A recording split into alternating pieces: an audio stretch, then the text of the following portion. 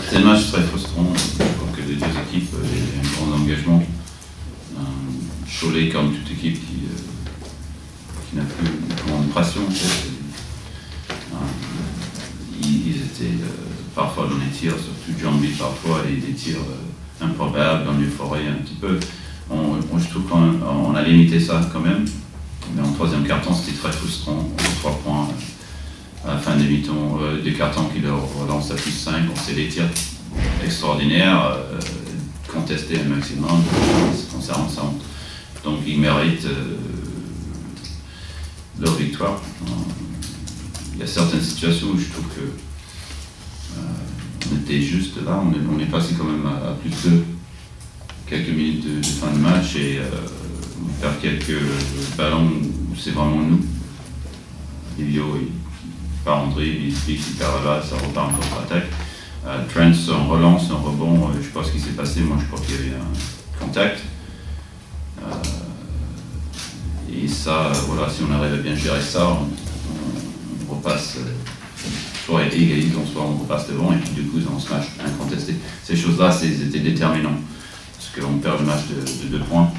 Et les ultimes possessions, je trouve qu'on n'était pas lucide. Je crois que l'effort de certains de rester dans le match, de se battre, a fait qu'on n'était pas lucide, impatient, et s'est précipité sur des actions un peu forcées, donc d'où les tirs en première tension ratés de Trent et puis aussi les ballons perdus collectivement qui nous font mal.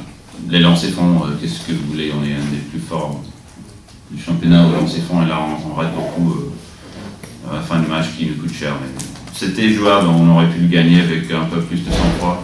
Ça n'aurait jamais été facile, effectivement, sur les grandes ambiances, vraiment une grande ambiance, une équipe qui se battait, qui cherche l'euphorie, qui cherche à être très agressif.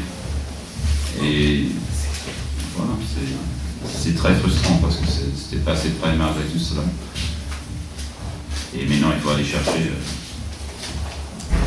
une victoire pour remonter un peu au classement. Ouamad, voilà, il faut qu'il monte fort et qu'il continue à ne pas se frustrer. C'est vrai qu'ils étaient, quand on était servi, souvent il y avait 2 voire 3 joueurs qui sont venus fermer sur lui.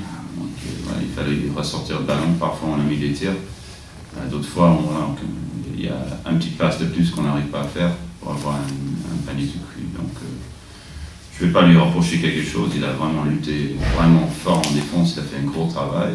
Il est resté voilà, dans une structure. On voyait sur son visage qu'il était frustré sur l'ensemble du match, mais je ne crois pas que c'est l'histoire de ne pas marquer des points. Mais effectivement, dans l'absence de David, et Hacker qui revient mais qui n'a pas encore la forme pour peser.